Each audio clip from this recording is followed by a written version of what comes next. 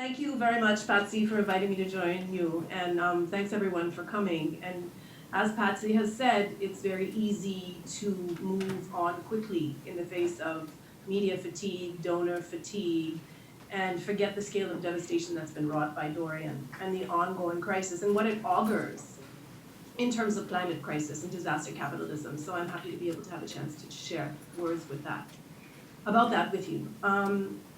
I also want to shout out a few Bahamian women and sisters who've helped me think through what to say about Dorian because I was not at home when Dorian happened. Alicia Wallace, Casmine Forbes, Lazona Bethel, and Nicola Bennett, who have thought through this process with me. What do you say about devastation in your homeland when your people are drowning? I titled this talk after Dorian, in the end, what must we do? And that's taken from a statement made by the Bahamian Prime Minister, Dr. Hubert Minnis, in response to international outrage about deportation orders for unpapered Bahamians, many of whom are Abaconians and inhabitants of the shanty town known as the Mud and the Peas, predominantly of Haitian descent. When called out, amongst others, by the UN High Commission for Human Rights for his inhumane legislative proposals and statements, Dr. Minnis replied, quote, "In the end, we must do what is best for Bahamas and Bahamians." So the purpose of my words today are to invite you to consider how these affirmations of what is best come about in the context of intensified colonialism and the collective impact and importance of climate change that results from what Kyle White names colonially induced environmental changes. What to say to not usurp the voices of folks who experienced, survived, and are lost to what is being called the most powerful hurricane on record to make landfall in the Bahamas? How do you talk about and not sensationalize a hurricane for which Bahamians couldn't possibly have been prepared? There is no one monolithic Bahamian experience, and all of our experiences as Caribbean peoples are related. Perceptions of the Bahamas as biggity Bahamians as wealthy, privileged, and all too ambiguous about Caribbeanness are incomplete and oversimplified. And so too, Dorian was not one thing. Winds, tidal surge, tornadoes, and cyclones within the larger hurricane. And it has wrought a series of complicated and yet not new devastations. And these complications are of considerable import to all of us living colonial legacies, and they are not singular. We have to be mindful of them as part of global neocolonial dystopias, such as the ones in Haiti and Chile. As people who wield words, there is much to think about in this. How might we imagine collectively and differently in doing the work of reckoning with what has been bequeathed to all of us after Dorian? Where and how do we put our losses, our sorrows, our resolve, and what happens when there is no refuge? A few words on Dorian as climate change and the aftermath, where hundreds of people are still unaccounted for, and Catalina will be able to speak to this in terms of their current conditions. In conversation, a friend said to me, "Do you mean to tell me that all of those people were washed out to sea?" Survivors suffer the PTSD of unfinished horror. Support workers and volunteers are collectors of these stories, and they're also affected, with PTSD likely to manifest as surely as oil seeping into the limestone from the Equinor spill on Grand Bahama, and I'll say more on that in a minute. People are still sleeping on the floor in shelters and couch surfing. This places further strain on family and friends who can barely meet their own needs, and it makes vulnerable folk more vulnerable in sometimes volatile and violent situations. Marsh Harbor, Abaco is the electrical hub for the inhabited Abaconian Keys, and power is not fully restored. And at the best of times, most Bahamians purchase purified water to drink. Think of that. There's a scarcity of potable water. None is available in areas directly affected by Dorian, except on a very small scale. The high salinity and hardness of groundwater makes it hazardous to consume. And folks who are apprehending deportation, particularly unpapered residents, are consuming contaminated water. Medical care facilities were wiped out or rendered inoperable by tidal surge, and survivors who have access need to move to central points, which requires mobility and dependence on goodwill of others for transportation. Organizations don't know how they're going to continue to provide support with more and more survivors still being evacuated. Food costs are inflated, and the local economy needs money, and the cost of clearing containers to import supplies is prohibitive, so folks are being asked to send cash instead of goods. And that raises a whole other set of issues. In terms of social geographies and colonial legacies in an archipelago and small island states such as the Bahamas is an archipelago that's made up of 700 and more islands and keys spread out over 668,000 square kilometers. Only 20 to 21 of the islands and keys are inhabited, and 80% of them are only 1 meter above sea level. Grand Bahama and the Abacos were devastated by Dorian and are 2 of our most populous islands.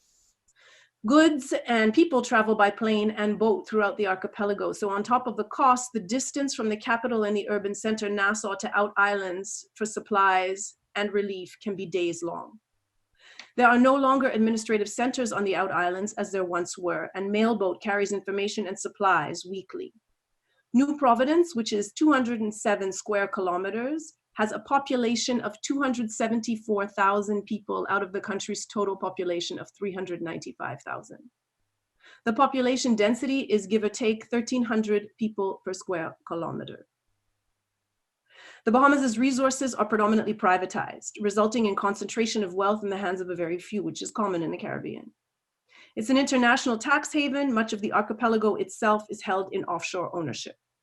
The first Black government only came to power in 1967 after 300 years of white plutocracy.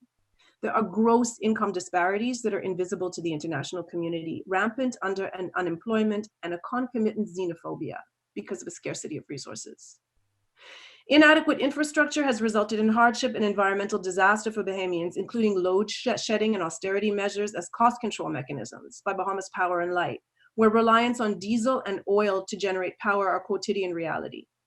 Grand Bahama, with a much wider impact still being assessed, is suffering the consequences of just under 300 million liters of oil spilled from Equinor holding tanks in High Rock. For some perspective, post-Katrina Chevron spill was 3.7 million liters, and the 2017 Keystone spill in South Dakota, 1.5. The oil from ruptured storage tanks was moved 11.2 kilometers or 7 miles inland by storm surge and has contaminated wetlands, only a confirmed 175 acres of pine forest and mangroves. Trees, insects, birds are covered, and the oil is poisoning freshwater resources, and it will continue for years as it seeps into the soil and the permeable limestone rock that undergirds much of the Bahamian archipelago. For further perspective on the importance of mangrove forests, one Androsian fisherman survived 3 to 4 days of Dorian in the mangroves in a fishing boat. Despite this, OBAN plans to go ahead with Grand Bahama oil storage and refinery facilities. The deal that was signed without an environmental impact assessment by the Bahamian government cannot be killed. There is an agreement that any conditions that they find that need to be addressed will be mitigated. Rampant disaster capitalism and poor environmental protections continue. People got to make money. Ridiculously high fees were charged to and I say that sarcastically. Ridiculously high fees were charged to evacuate survivors on commercial airlines to New Providence in the immediate aftermath of the storm. People refusing to leave could be, by virtue of new legislation, fined up to $500, and first responders are exempt from requirements to rescue people in areas that are determined inaccessible. Effectively, victims are further penalized without hope of being rescued by government forces. There's continued reliance on tourism as the lifeblood of the Bahamas, despite unapologetic exploitation of Bahamian resources that render us a transactional society from time. This broadcasting to the world that the Bahamas, I quote, is open for business and is bigger than the islands affected by Dorian. Still, Ragged Island in the south has not been rebuilt, and the devastation wreaked by Irma has not been addressed. Comes on the heels of income inequality that's rooted in imperial conditions, forcing us to rely on imports at unaffordable prices, including, as I said earlier, water and electricity. The reliance on tourism leads to further privatization, as what we saw in Antigua and Barbuda after Irma. And here I'm talking about an announcement that was made in mid-October that the behemoth ultra luxe resort in Nassau, Bahamas, will be expanded, of course, in the interest of job creation. Bahamians are frustrated. They feel unheard, disappointed with the speed or the lack thereof of government response, and in some cases, blatant theft of relief provisions by Defense Force officers in the immediate aftermath of Dorian. Folks are deeply afraid relief will evaporate, many never having been reached or incapable of accessing what is being offered. Many are despondent and they're not sure if it's viable to rebuild, and those who want to rebuild can't afford the inflated prices. There is the additional concern that the bulk of the current work is being done by foreign volunteers, and no employment is available for Bahamians, and there is no transfer of knowledge, especially in terms of disaster management, alternative energy generation, and infrastructure, including climate change-resistant architectural innovation. A crisis of this magnitude has been coming for some time now. Warnings of specific impact to the Bahamas of rising sea levels, surge, erosions, and subsequent impact have been in circulation for at least a decade. It's not new.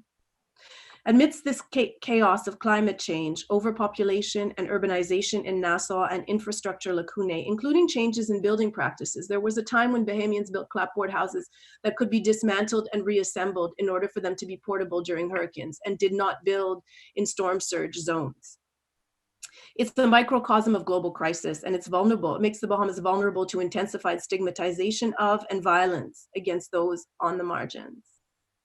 There's a scarcity mentality and further internal division, and the addition of the Bahamas to transnational rise in climate-induced displacement.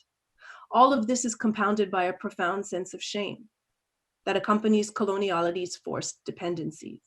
And ironically, in the case of large-scale evacuation and relocation, the Bahamian populace may have to look to Haiti for refuge. In my work, I look at performing ancestrally inspired reciprocal relationships as futurities through a methodology of sitting with the bones. And I think this matters, particularly in light of the erosion of all of our burial grounds and the loss of the ancestors that we were able to claim to the sea, as does our complicity in the systems that are killing us. What do we do and how do we think through what's happening with a transformative attention to each other that goes beyond criticism and places us in a position where we can imagine future possibilities differently? Thank you.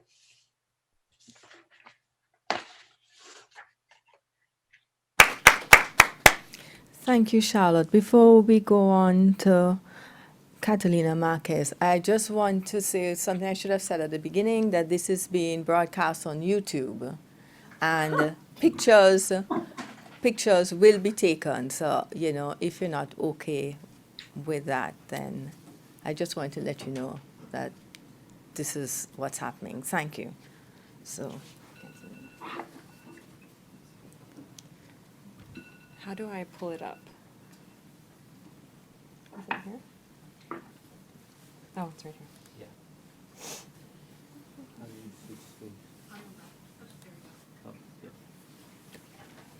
So hi everyone, I'm Dr. González Marqués. I timed myself this morning and it was 10 minutes, so let me know if it's not. And I just got back from the Bahamas. I'm a humanitarian responder with the International Medical Corps.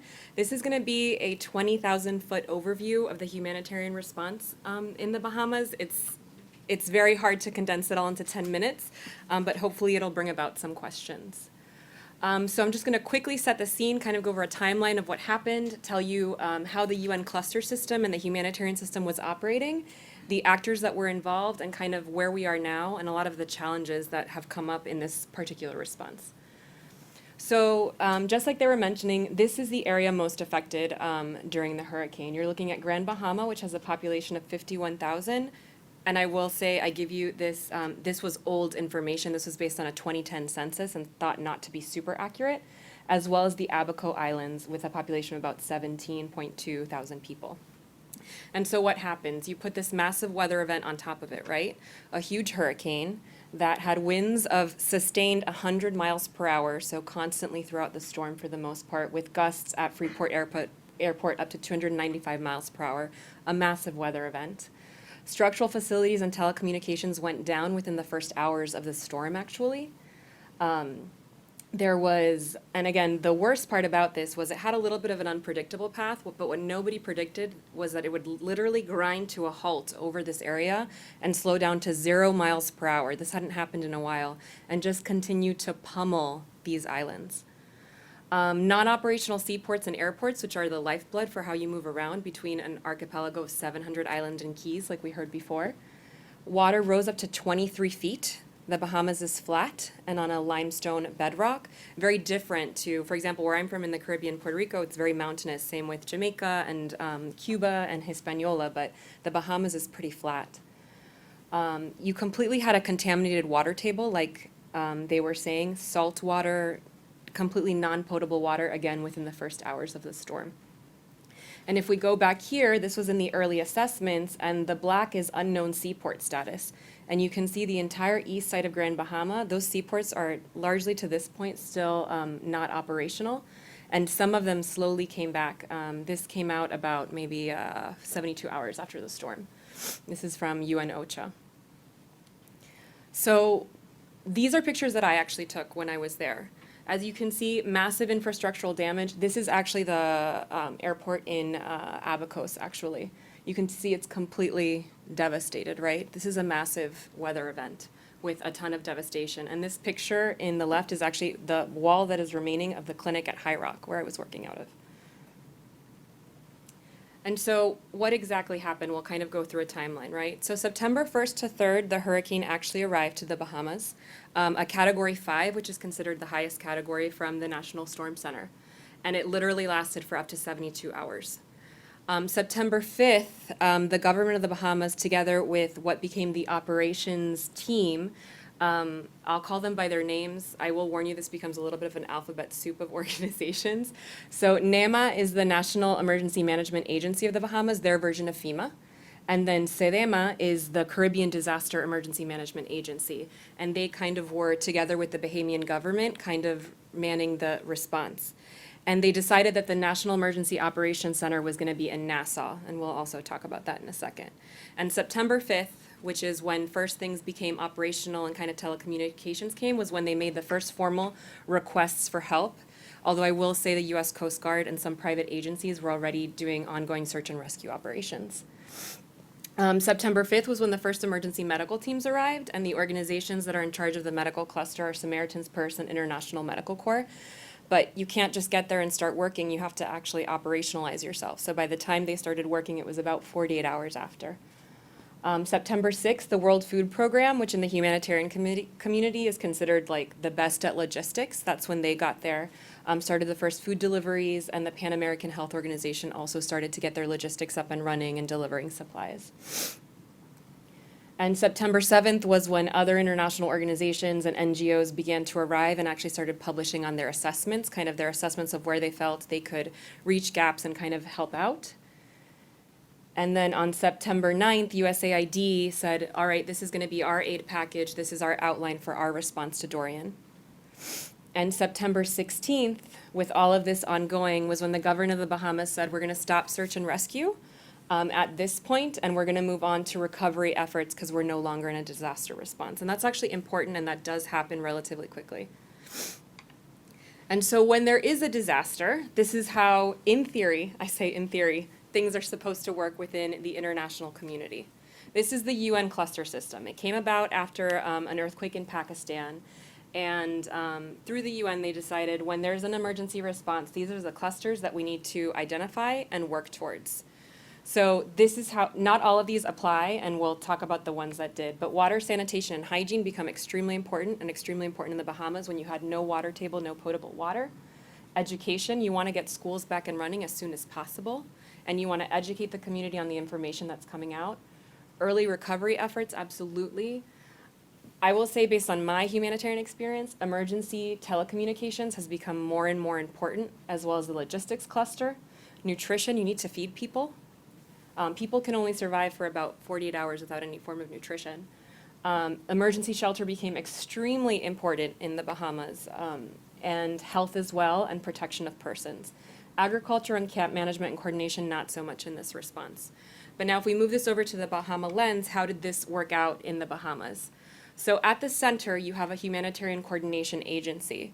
And you always, in the humanitarian response, you don't want to displace the local government. You actually want the local government to be leading the show, and that is kind of what happened. So NEMA and SEDEMA were kind of like the central coordinating bodies of all these clusters, together with the International Organization of Migration, who UN OCHA said should be kind of helping with the logistical support. And different, one thing that did happen in the Bahamas, likely due to its proximity to the United States, is you saw a bunch of private organizations and individuals actually start to respond. Good or bad, I can tell you when I arrived at the airport in Grand Bahama, there were a bunch of people, individuals from Florida, just showing up on either their Cessnas or on their boats, being like, oh, I have all these supplies for you. And they didn't really coordinate with this whole thing, which makes it a little bit tricky. But we also did see a lot of private donations come in. So this is technically how it was working in Dorian and how it's still working today. And just to show you just a little bit of the early identified needs, because this is important, this is what the Bahamian government said we need help with right away from the humanitarian community. So emergency shelter was probably one of the most important things, logistics and telecommunications, which is ongoing, infrastructure assessment, food, drinking water is still ongoing.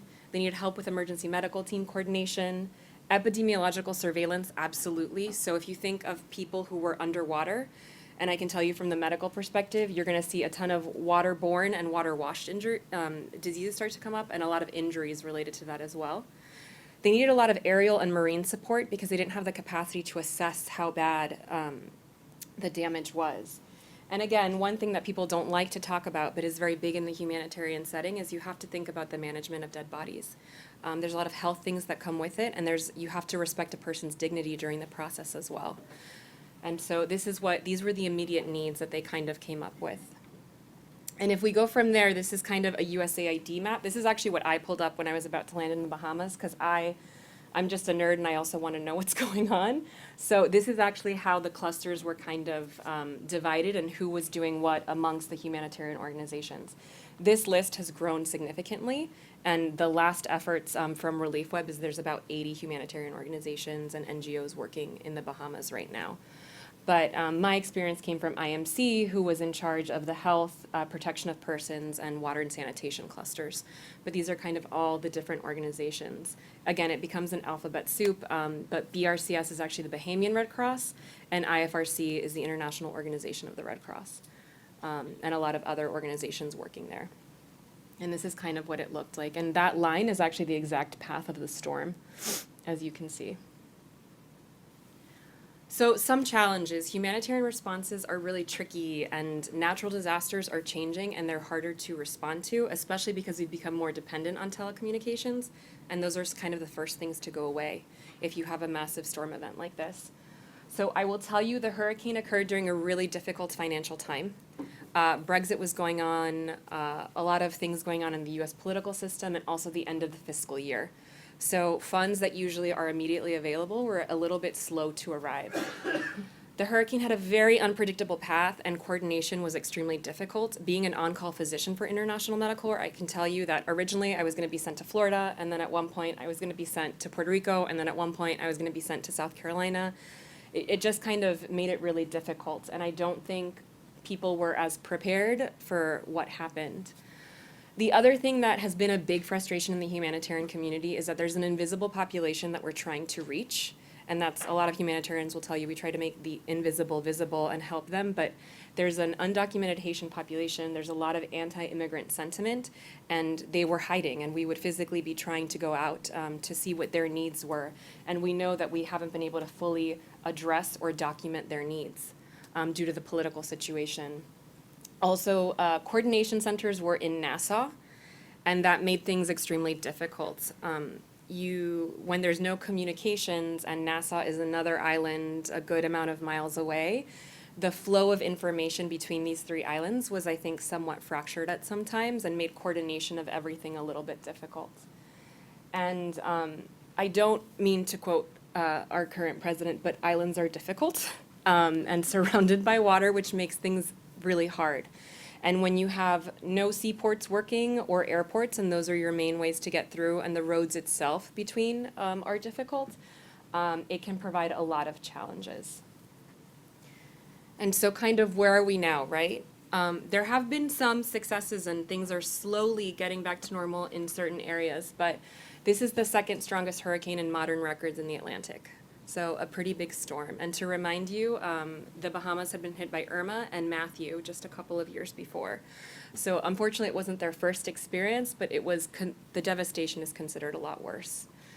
So satellite imagery says that about 45% of the homes, so that's almost half of the homes in Grand Bahama and in the Abacos, are just completely decimated and gone. So we're talking about significant damage. There's a lot of controversy over these numbers, but the latest number that I could find from the Royal Bahamas Police Force says that the death toll is at 61. That's thought to be very low. There's a lot of suspicion that that's actually a lot higher. They also said that recently there's only 875 people missing because they think that everyone else that was unaccounted for was found. But there's a lot of concern amongst the humanitarian community that this necessarily may not be accurate, I will say.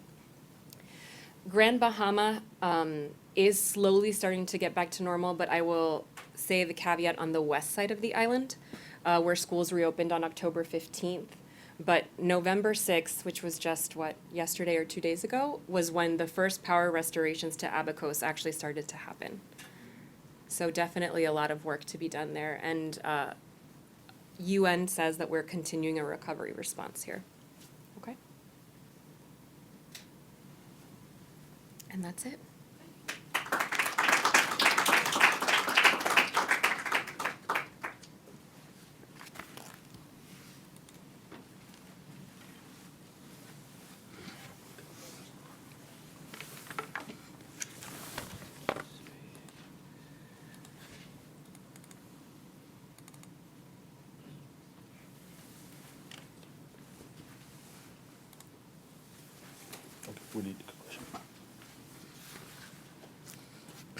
Thank you. Look, all of this happened, and I'm going to focus to give you guys exactly on Haitian perspective and what the Dorian did to Haitian people population. I believe there should be more outrage through dialogue and understanding the Haitians' problems in the Bahamas. And what is happening to Haitian, it is beyond unjust and deserve global attention. Over 1,000 Haitians in one small shelter seeking medical intervention. They lost everything. Some of them lost their kid, their children. They're looking for food. The government simply ignored them. As we're speaking right now, there are still people living in the small shelter. They can sleep with their baby, with their children, crying, seeking for medical intervention. It is painful to see pictures of little kids laying on the ground. Their parents are crying. It's painful. By looking at those pictures myself, I asked myself, what you can do to make a difference. I'm here to tell you that you can make a difference. Change lives. I've been doing it. I've been doing it with a little small help from community leaders and partners and individuals just like you.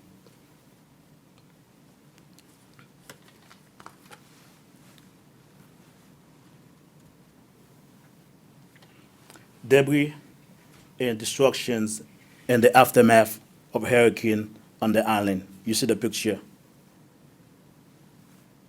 You see what happened?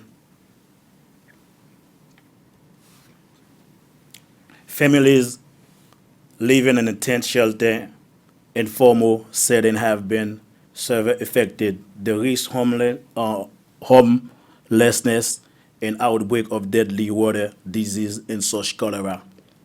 Because these folks in the small crime shelter, they're seeking medical intervention, and we don't know exactly after this what's going to happen, whether if there will be some cholera, and because the same situation happened in Haiti in 2016, and after this there were over 10,000 people die with the cholera epidemic.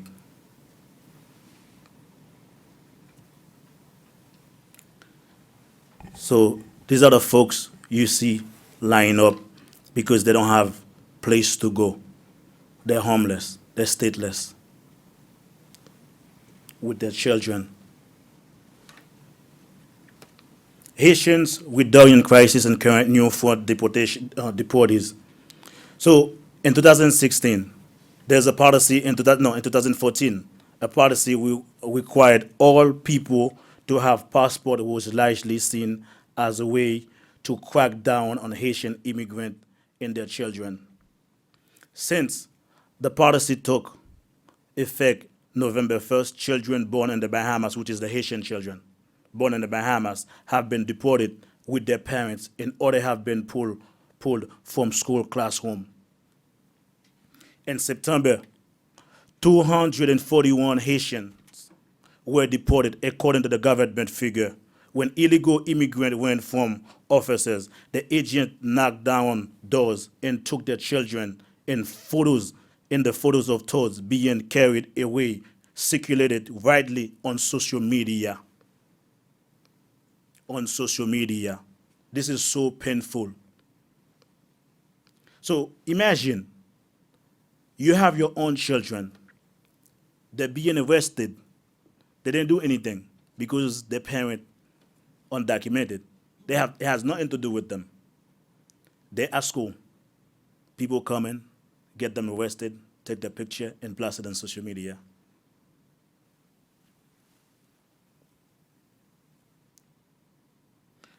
According to strict new immigration policies, school children, like these two friends, who were born in the Bahamas, will be required to have a student residency permit to attend school next fall. This is next fall. When they asked, for instance, this is two of the stories by reading the on New York Times.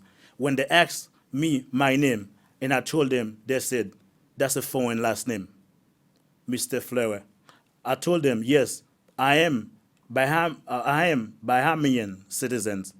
They replied, you have to come with us because you are Haitian. That's on New York Times.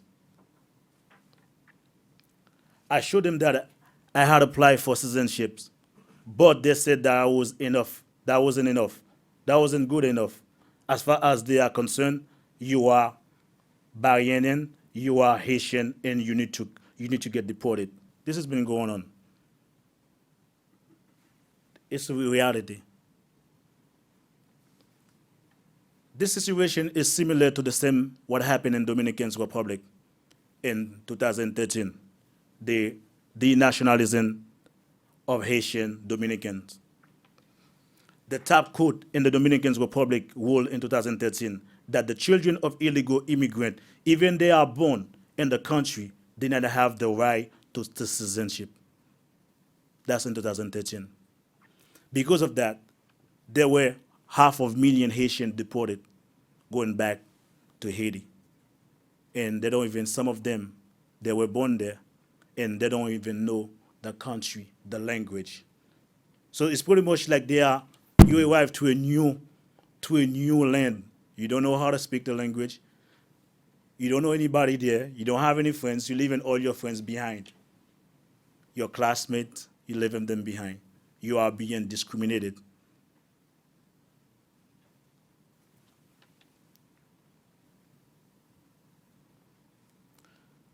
So we need to build bridges for coexistence rather than building fences, discrimination, and division.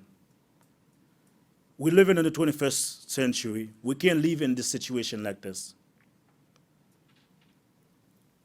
That is the reason I'm asking you. You can make a difference. We can't just hearing this, all these things happen in the Bahamas, and then later on it'll be like, okay, it's all set. We go home, not thinking about what will be next for the children, for the parents. Some of them might die. They don't even report them. So I watched a video from a Haitian news, which is a top news in Haiti. It shows you that, which is on YouTube. If you go on YouTube, you put Bahamas, the Bahamas Dorian affected Haitian. You will see that video. It's so sad just to see the conditions they live in, the way they clamp them. And then one of the Haitians, which is the interviewed, said that before the situation, Haitians, for instance, the same jobs they're working, they pay the Bahamian more money than the Haitian people. And then they're doing the same jobs, the same type of jobs. So it is sad, very, very, very sad. The Haitian issue in the Bahamas is the same issue that the Bahamas people had gone through with the U.S., where the government was discriminated against Bahamas Bahamian. Not letting the black Bahamian, but let other people go in by the plane and ask them for the document. If you don't have the documentation, it's the same situation that Haitians going. It's the same situation the Bahamas going through with the U.S. government, making, especially with the Trump administration, making changes to immigration policy. It's the same situation with the Dominicans Republic going through the same situation. So the issue the Caribbean need to address as a whole, from my personal perspective, as a whole. The Caribbean, for instance, the Caribbean is fighting among each other. Dominicans fighting with the Haitian because of the dark skin color or other issues. You see Haitians is fighting with other, whether if it's a Jamaican, and then now you have the Bahamian is fighting with the Haitians. And it's sad. And when they come to the U.S., they are on the same boat. They are fighting for the same cause. Instead of fighting for the big picture to solve the problem, come as a solution, just to offer, this is how we need to come as a whole, as a community. As a country or as a people. But instead of just come together, they're fighting among each other. And then when they come to U.S., they are going through the same process. They're being discriminated by the U.S. government. They're being discriminated by the U.S. government not accepting them, and then why are they doing the same thing to their own neighbors, to their own brothers and sisters down there? So I want them to understand that we've been doing this for decades, fighting among each other and being discriminating each other instead of just fighting the bigger cause that can bring all. In Haitian, there's a quote says, "L'union fait la force," which is in unity there is strength. And I truly believe that if the Caribbean comes together, whether if you're Haitian, whether if you're Dominican, whether if you Bahamas or Jamaican, you come together, we can make a big impact. And the impact is change the system, because as long as we keep fighting, we're still gonna be dividing. So let me show you what I've been doing with a little help in Haiti, because I make a difference. In Haiti, we work to improve living conditions in the southeastern part of Haiti through educational and medical intervention. My primary focus, our primary focus, is merely in the town in Balance, a place with 158,000 people. There is no hospital, just a small clinic in Balance. In contrast, in Providence and Rhode Island, is 179,000 people. There are dozens of hospitals, not including private care. In Balance, there is no hospital there. After the Hurricane Matthew, we went there. We took a part of food clinic that provide medical supplies to over 400 people. And The rest of the medical supplies, we give it back to the center because it's only one small center, no doctor, just 2 nurses that serve about a population of 158,000 people. That's what we've been doing with small donations. Partnering with the biggest organization there. Recently, after interview, balance the population. I mean, like the people in balance. I asked the nurse, "What can I do just to help?" Because they don't even have a transportation in case if somebody miss an arm or anything happen. Not even a bike. So I come back to Rhode Island. I sat down with elected official, which is my good friend, Lieutenant Governor Dan Marqués, and I asked them. I told them that we need your help. How can you help? He was able to give me this ambulance from Providence. We transferred to Haiti. Balance. We give this to Balance. And then this is the first ambulance they had. Every year, we go to school, provide school supplies to these children. We pay about 40.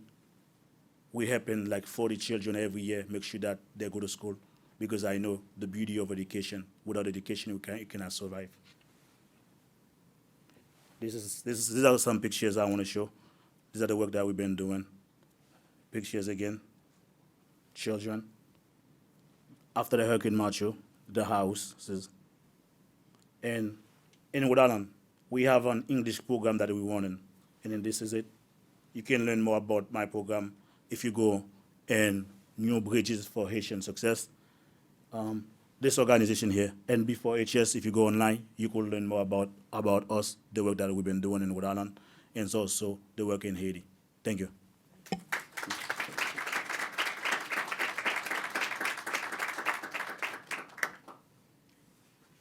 Thanks to our panelists and to those of you who are still here.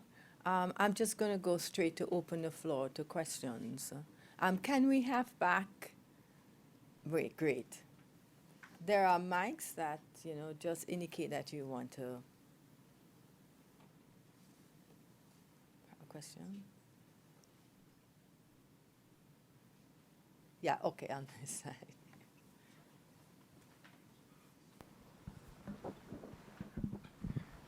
Hi, thank you very much. My name is Benjamin Davies, and I work at the U.S. Naval War College, focusing on disaster response. This is a bit of a loaded question, and I'd give it to just about everyone. And I'm hoping that it comes off in the right way. But without any naivete, what is or what was your expectation, or what is the expectation that you think the people of the Bahamas would have, or communities would have, for the United States during the response, leading up to the response, after the response, with this particular political context in mind? Was there a feeling that the U.S. was going to engage in a robust response? Was there a feeling that we should expect nothing? What do you think? I suggest that we take a few questions. Anybody else? Okay, you can go ahead and you can think about your questions meanwhile while they're answering. Who would like to start? I'll start. Okay. It is a loaded question. And I don't presume to speak for all Bahamians, and I don't think anyone can do that. And I think that one of the issues that we're dealing with is that there's as we've all said, right, there's an incredible amount of diversity in the Bahamas. That word falls short. There's an incredible amount of tiered need, right? There's a huge amount of tiered need. And so different folks would have different expectations. I mean, there's a basic humane response to your question, which is whatever people could give is what they should give, right? But that's not what we see. That's not what we see in responses transnationally, in the Circumcaribbean, as Bernard said very, very eloquently about the aftermath of Matthew, right? And still the aftermath of the earthquake and the repercussions that they're still dealing with in Haiti, right? So what people expected, I mean, you know, there's a huge division between what Bahamians and the government expect, right? There's a large number of Bahamians who mirror governmental expectations and a large number of Bahamians who are incensed at what's been happening. So I think, you know, like in the Abacos, and then again, all of the islands have different populations and different needs, right? The Abacos has a large number of folks who move back and forth between the continental United States and the Bahamas, who have who are American and Bahamian by citizenship. And I mean, the problem of citizenship in the Bahamas is not unique to unpapered and undocumented folks, right? There are folks like me, for example, who had a Bahamian mother and a non-Bahamian father who are not entitled to Bahamian citizenship.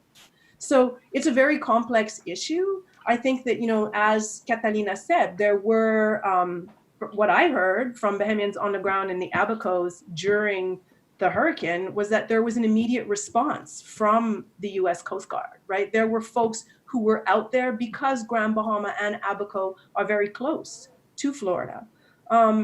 So I think in some ways those expectations would have been met, and in other ways, right, there are larger ramifications of all kinds of hurricane and disaster relief that I touched on really briefly, but that we really need to think about, right? How are we alleviating these issues? I mean, you know, in the continental United States post-Katrina, what about rebuild? What about differentiated allocation of resources according to the priorities? The French Quarter in New Orleans was rebuilt much more quickly than many of the other places who still have not reached their pre-Katrina incarnations, right? They have not been rebuilt. So that's, I don't think that that's unique to the Bahamas. I think the larger question that we have to ask ourselves is, how did we get to this place? What are we going to do when it happens again? Because it will happen again.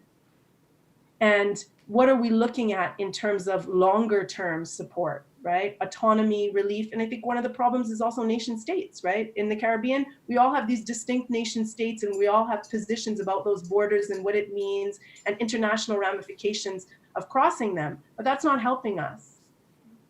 And so, I mean, were people expecting more? Probably. I mean, people need more, right?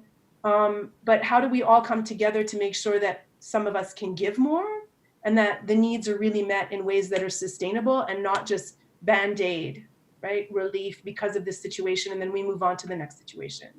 That was a long answer, but I think it's a complex question that you asked. Thanks.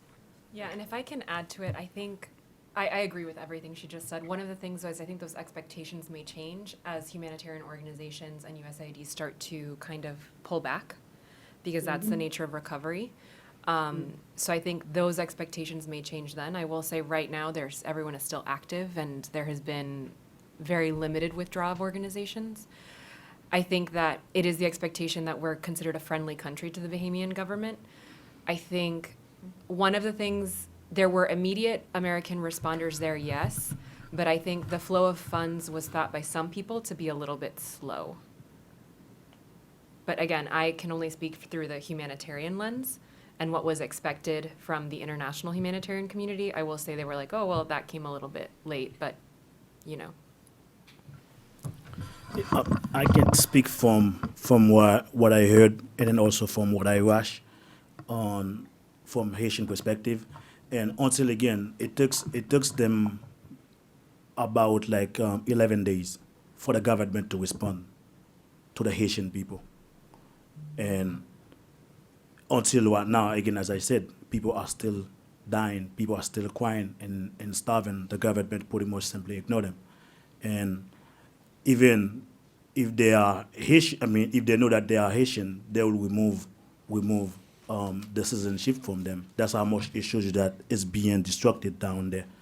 And in terms of come up with a solution, I believe until the government can place a better program that can make it equally for not only the Bahamian, but it's also immigrants as a whole. And until we can figure out this, the situation is still going to be repeating because there would be no solution. Because you would have one group of people just come in, they try to give a help, and then later the situation gonna repeat and then it's going back again. It's the same thing with Haiti. You see, there's an earthquake, there's a hurricane. There's a storms going on. You see like tons of organizations going over there. You just try to help like different little things, but instead of come up with a concrete solution just to solve the whole problem as a whole.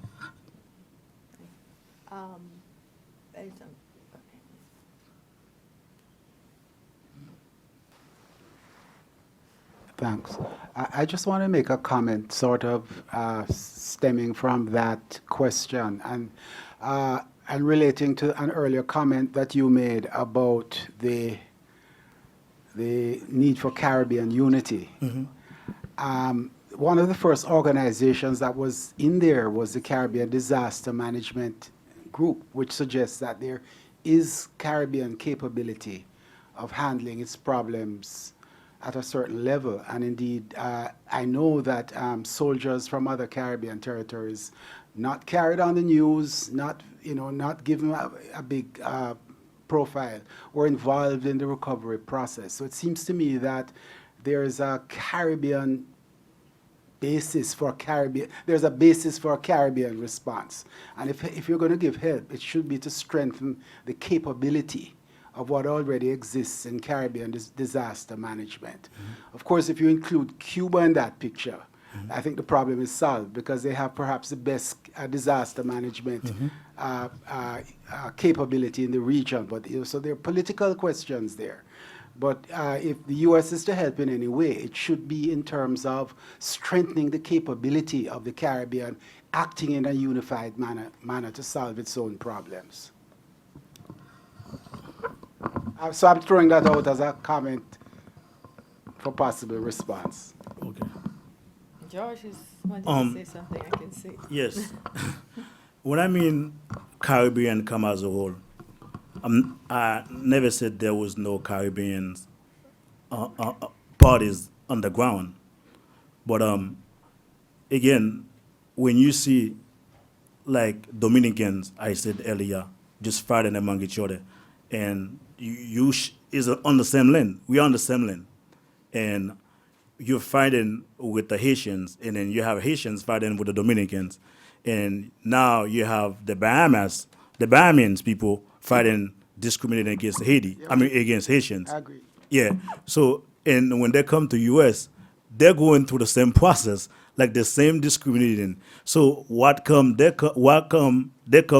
together, just fighting the bigger picture. Because I believe that if they come together and fight in the bigger picture, the bigger cause, we can come up with a better solution.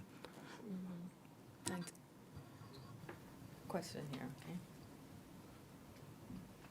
okay. Thank you all very much for each of your perspectives. My name's Dave. I'm a fellow in the Center for Human Rights and Humanitarian Studies here. I hope we could get your thoughts on how to better help the invisible populations that we find in not just the Bahamas, but most crisis settings. I've heard a lot of different things from the governments that responded, and then I've heard multiple much worse case stories from NGOs on the ground about the number of the Haitian population that's in these informal settlements, how many were actually there versus how many that may have actually been killed but never recorded, and then how many continue to suffer. So as you look at the response in general, is there anything that we can do better as a global community, in particular the humanitarian sector, when they come in to, in particular, look for these vulnerable people that are much more vulnerable than the ones we can find? Are there things we can do?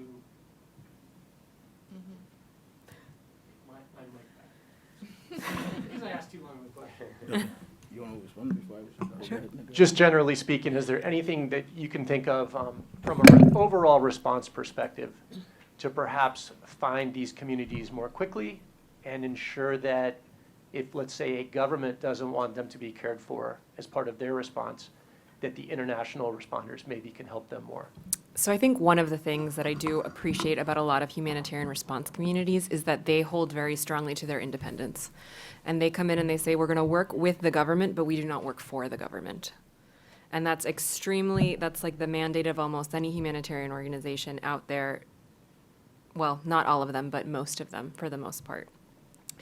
Maintaining that independence gets trickier and trickier, especially because the nature of conflict and the nature of disasters is changing. But I think that one of the strengths that the humanitarian community has is that they have to hold on to that independence, and I think we could do a better job of seeking out these communities.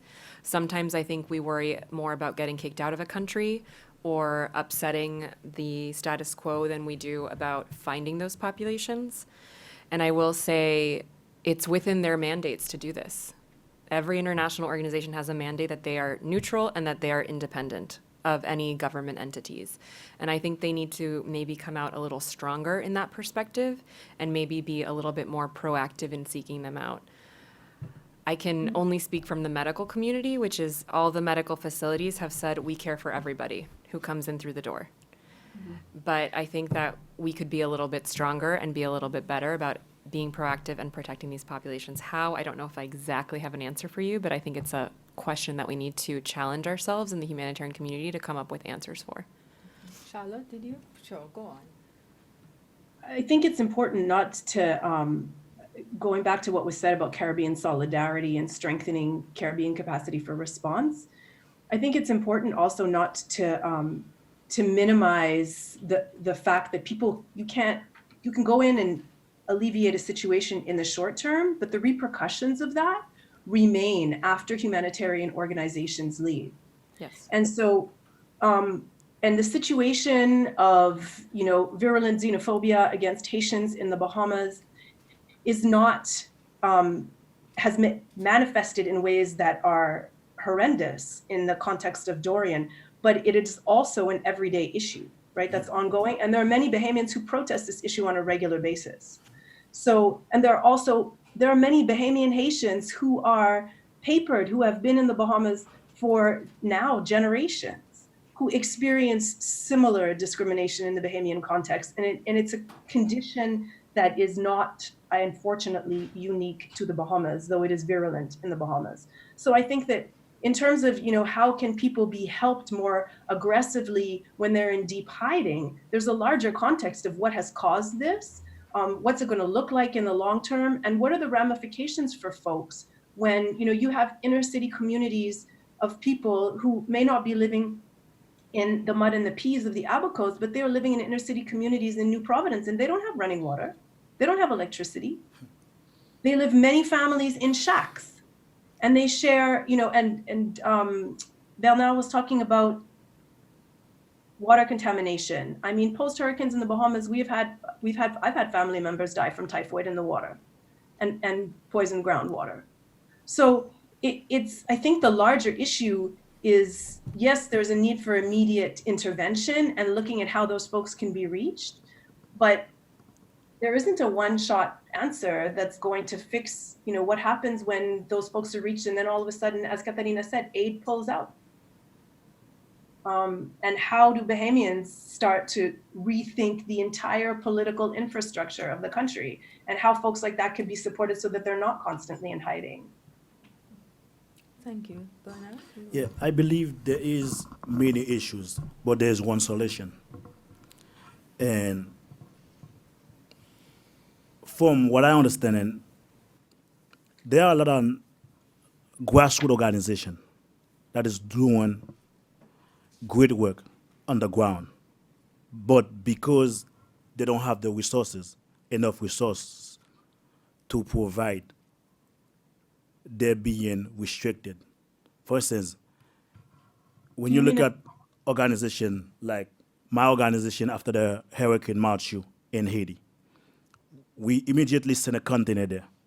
You have the US aid and there are other big organizations receiving millions and millions, and there was also Clinton Foundation was there too, receiving millions and millions, and without doing any work on the ground, but because of the names, because of the party, the affiliation they're from, they're making big money while the small organization that put in the work on the ground, they're not being recognized and they're not receiving proper resources. So I believe what we can do is just by reaching out with those grassroots organizations and to see how we can invest on them. Imagine with a little help from Rhode Island, I was able to send this ambulance to serve 158,000 people. With that little help, I was able to send a container in 2016 to serve these people. So could you imagine if I have better resource if I have like more resource, what I can do. I would like to jump in with a quick question. I wanted to ask Catalina, what determines a shift from rescue to recovery? And what does that mean in terms of the people who might still be there to be rescued but are forgotten? I also want to ask you, why was the International Organization of Migration, the IOM, there up front as part of the process? And how did they have like a specific mandate to address undocumented Haitian migrants? I also want to know if having Sedema there, if that made any difference to the approach to how the non-documented Haitians were actually treated. And I wanted to ask Bernard, you said 240 people were deported in September. Is that after Dorian? And if so, were there people who were affected, or was that just by the hurricane, or was that part of the scene, the normal pattern of deporting Haitians? And I wanted to ask Charlotte if she can tell us a little more about the geography of immigration in the Bahamas and how that played out in the hurricane, like where the vulnerable populations of Haitians were in the context of the Bahamas. So we can start with Catalina. Sure. So I want to make sure I answer all the questions. So the first one was what determines when we move from immediate disaster response to recovery? There's not one exact metric or anything. Usually what we know that search and rescue operations to find survivors, we have a limited time. Medically speaking, just based on what we know about how long a person can survive without food or water or with certain injuries. That definition sometimes changes, but usually the thought is that immediate search and rescue happens in the first 72 hours. So that comes into play as well. Sometimes it's also capacity of the responders. Do we have the ability to do search and rescue in this immediate time frame? And the other big determinant is who's calling the shots and who says we need to move from here to there. You know, search and rescue and immediate disaster response tends to get the most immediate and most media coverage. But I would say that the move to recovery is probably important for the rebuilding process of a nation. And so there's a lot of thought to kind of do that as quickly as possible, just based on your capabilities. And it's not an exact calculation. This is when we do it. It was thought that actually it was a little bit late in the Bahamas. It was thought that we spent a lot of time on search and rescue before we moved to immediate recovery. But again, it's a lot of complexities. But the decision came from the government of the Bahamas to move in that direction. And the IOM. And the other question was IOM. So IOM was not necessarily there in a specific, their mandate came from UN OCHA, which said you will help with the coordination and information management. And that was kind of why they kind of became in the center of the whole cluster system. Having NEMA and SEDEMA there is because you always want the national organizations or the regional organizations to be in charge, because you don't want to, it goes into a lot of complexities with international law, but you don't want to take over the sovereignty of a nation. You want to be invited and you want to support, but you don't want to replace or take over in the UN cluster scheme of things. And then what was the other question? No, it's okay. I'm Okay. taking up a lot of time. George can go on. Yes, the number is a combination. There were about like 150 folks before, because what happened, a lot of Haitian was it's still discriminated, because they said that the killing, like the crime rate, it was committed by the Haitian people, and then it was not true. It's just a way to find something just to exclude them from the society. And then later on, which is the numbers increase, it comes to 241 people. Okay, fine. Charlotte? In terms of the geography of immigration in the Bahamas and Haitian communities, so the mud and the peas are the photos that have been widely publicized. that reflect the devastation in the Abacos. And the Mud and the Peas was a shanty town where many undocumented and unpapered Haitians have been living. And some folks live in shanty towns in perpetuity. So I think that's important to understand that. And there are also folks who are living in town, so outside of the Mud and Peas, which was its own kind of entity, and there are shanty towns on other islands as well. But in this particular situation, folks who were affected most by Dorian, the folks in the Abacos, in the Mud and the Peas. And there's also to be considered the fact that the Abacos is a concentration of a large amount of wealth. There are a lot of wealthy people who are Bahamians and non-Bahamians who are established in the Abacos. Less so in Grand Bahama, which tends to be pushed now as a center of budding industry for the Bahamian government, because the expectation was that Grand Bahama would be developed in ways and would be urbanized in ways that Nassau has been urbanized. So the Abacos are very, they're very bougie, right? There's a lot of, that's the right word. There's a lot of, particularly Hopetown, Marsh Harbor, not so much, but Hopetown and some of the Keys. And the Keys are also owned by, many Keys are owned by non-Bahamians and offshore investors. So folks employ Haitians who are underpaid and underemployed. Folks employ Haitians to do a variety of things that Bahamians either will not do or cannot meet the demand of, particularly in growing tourist areas, because believe it or not, tourist areas in the Bahamas are still in expansion. So you see a large number of folks who come to work, who stay, and who never find stability, economic stability. And those folks were really at risk during Dorian. And because they're not documented, the rescue endeavors and the ability that organizations have to track those endeavors, never mind the willingness, is limited.